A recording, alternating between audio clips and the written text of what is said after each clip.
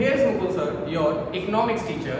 So, in this video, I am going to discuss your chapter 2, Indicator of Growth and Development, part 4. In our earlier 3 parts, we have discussed about the lots of things about the meaning of the growth and the development and some of the factors which are actually responsible for the development, just like political stability, some of the natural resources, our infrastructure system, our educational standard, and we have learned that why these all factors are responsible for the development and how we can like upgrade this thing that we will get some better results. And we have discussed about some of the solutions, that some steps which our government can take to improve these things, so our development process will take one more step and India will be lead with the developed countries. So in this video, I am going to discuss about some of the more factors and some of the things which are actually responsible for the development. So let's start this thing.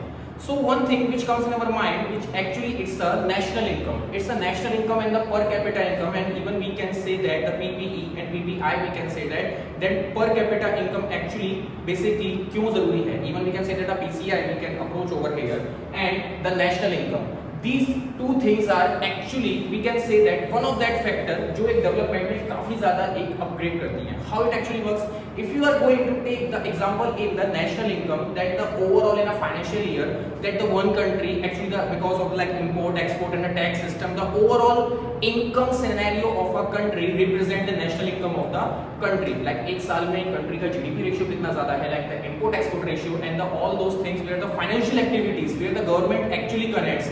The overall conclusion shows you the national income of the country. And if you will see our the PCI, even you can set it a per capita income, so we can find out if you will divide our national income by the overall population of our country, that shows the per capita income. It means we will get some idea about that the average income of a person. So why we need the both these things? We need these things that the government will easily make some of the policies for the upcoming 5 years and even for the next financial year, that how they can upgrade our development process and कैसे हम लोग development की तरफ और आगे बढ़ सकते हैं. So government need these kind of two data for the national income and the PCI per capita income. Now in 2 parts we are going to discuss this thing, that why this is actually important and actually is it work, like is it worthy, क्या ये चीज actually work करती भी है. So first of all, if government want actually the things for upgrade the people's life, if they actually want to like some make hospitality policy and some of the educational policy, employment policy, upgrade policy, government को किसी भी तरह की policy बनानी है, so government needs first of all the national income, because as we are a commerce student we all know that thing, there is a one debit side, one is a credit side. So first of all, if you want to write your expenditure, so before that you need to write your profits, like एक government कितनी income generate कर रही है, then after that you need to like we can say that a budget, वो एक budget announce करते हैं जिसके अंदर वो expenditures को find out करते हैं, like it should not be more than our national income, we can say that thing. So first of all, national income की data की जरूरत इसलिए होती है that the government can make the policy regarding the budget, and budget के अंदर किन किन चीजों पे कहाँ कितना expenditure कर सकती है, just like a 2% on the hospitals and the health structure and the 5% on the education. I'm just giving example, this is not actually a particular ratio, and I'm to take the our country India as an example in this video. So this is not a particular issue, I'm just giving you example. So multiple factors are the responsible over here कि government अलग-अलग ratios को यहाँ पे find out करने का try करती है कि national income में से कहाँ हम लोग अपने expenditures को settle कर सकते हैं.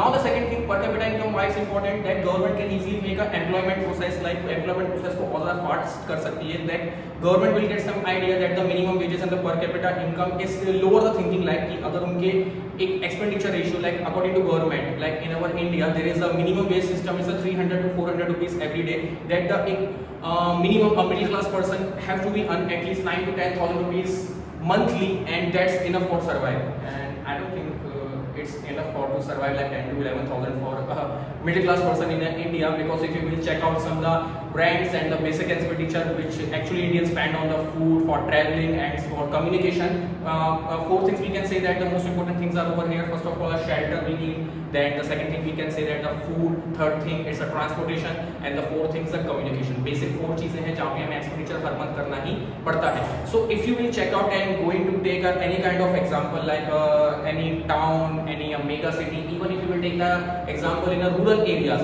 so you can easily find out that this amount that government actually decides that 3 to 400 rupees average daily India should be earned, it's not actually that enough. If you are going to check out, so you can easily find out that at least if you want to survive in India, so at least you need 20 to 25,000 rupees minimum you need. At least we can say that at least 3 to 4 lakh rupees yearly you need to survive in India. India like a country, but according to our government, this is one of the highest amount, and India needs only 1 lakh to 1.5 lakh. This is the enough amount to survive in our country. So this is actually the problem with our per capita income. Sir, how this actually started? ये start होता कैसे है? इसको हम बोलते हैं basically कि जब इनकम में अनबायस्ड, यानी कि बहुत ज़्यादा इनकम डिफरेंस हमें देखने के लिए मिलता है. Even we can say that income distribution का जो एक इफेक्ट है वो हमें यहाँ देखने के लिए मिलता है. How it actually works that the more than 1 और 2% पीपल, लाइक 1 या 2% से ज़्यादा लोग जो हैं वो बेसिकली हमारी ओवरऑल इनकम का 80 to 90% अर्न करते हैं. I am not going to criticise and claim to any person of there, but if you will take some of the example of some of the businessman just like Mukesh Ambani and Adani and Tata and the lots of businessmen, like India stands like 4th or 5th number in the world, like a millionaire. सबसे ज़्यादा millionaires में अगर हम नाम लो 4th 5th पे India almost आता है. For the facts you can check out on the Google. So like where India actually sits, according to me, I think it's the 4th and the 5th place where the most of the millionaires come from the India. So you can check out only 1 or 2% people है वो 80-90% wealth को यहाँ पे own करते हैं, and remaining 97 to 98% people only holds the 10 to 20% of our incomes. So you can check out कि कितना ज़्यादा biased हमें यहाँ पे देखने के लिए मिलती हैं चीज़ें. Like government is going according to the formula of the per capita income, that the national income divided by the national population, that the overall population. So overall income को अगर हमें कंट्री की काउंट करने जाएं तो population से divide करें, so I don't think it's a good idea, because in an average system you can see over there that the Ambani and the Adani stand on the one side, and one side we are the middle class people over here who earns not more than 9 to 10,000. Like some of the means like not able to earn more than 4 to 5,000 in a month. So you can check out if government will take the average of this thing, so I don't think it's a good idea. Let me give you one example. If a one person earns like a 50,000 rupees month, then one of the finds like a 10,000 rupees per month. So 50 plus 10 is equals to 60, and if you will divide it by the average, just like a 2 persons over there, so you will get 30,000 for each. Like corner you will get the 30,000 आपको दोनों side देखने के लिए मिलेंगे. So do you really think that government is now able to make any kind of policy? Because according to government now the both persons are earn the 30,000 rupees, because average is 30,000. So they can assume like that the minimum wages is 300 rupees per day. So according to month it's a 9 to 10,000, and both they are earning like 3 times 30,000. So that's enough. We don't need to give any kind of subsidies and any kind of policy for them. So this is actually issue with our per capita income. That's why कि India के अंदर development अभी भी नहीं हो पा रहा है, because government don't have any kind of particular data, and per capita income is not that indicator which shows us that the development process of the country. If you will check out the data which is related with the European countries and the US countries, so there the data actually the rise. Because why it's happening over there? Because most of the things government will get free, like the medical system, the education system, उनको ये सब चीजें free मिल रही हैं, and the cheaper transportation system is there. So they don't need to spend more and this kind of things. If you will come to India, so you can say that for the education purpose and for the medical purpose we need to spend in lakhs, even of the thousands of rupees we need to spend for both of these sectors and both of these facilities, and both these facilities are very important for our survival. So in US and European countries people don't need to pay for the much for both of these things, so that's why they can earn more and they can actually save more comparatively to Indians. So this is the actually problem which Indians actually face.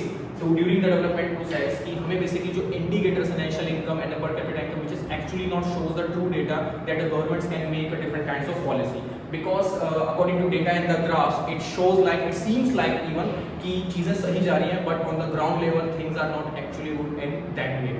So we can say that the per capita income and the national income is not that good idea. This is the topic of a debatable, like the lots of economics give the different kinds of definition and different opinions, and still the lots of arguments are there about that these are the perfect indicators or not. But according to me, I am going to give you to your opinion कि आप लोग अपना opinion दे सकते हैं कि these are both of these are the special indicators or not, that the per capita income और national income सही है या नहीं है. So that's what I want to discuss with you कि like national income और per capita income किस तरह actually work करते हैं. So hope you got it. मैंने आपके सामने दो ही पॉइंट यहाँ पे रखे हैं, basically one of the positive side why this is actually important to make different kinds of policy, and some of the way like क्यों सही नहीं है. So now it's your opinion, choose by yourself like the which one is the good, कि क्या opinion आपको सही लगता है. You can share your opinion with. As you all can see in this image, some of the situations are given over here regarding the lots of countries after the pandemic and during the pandemic, that which country stands on which GDP rank. So you can easily find out that the which country is in now in the going position. So this actually helps you to understand why national income and the per capita income is an important factor to measure our development process and where India actually stand in this graph. So hope you got some information from this video and hope you like this video. So see you guys in our next video. Till have a nice day to all. Bye bye.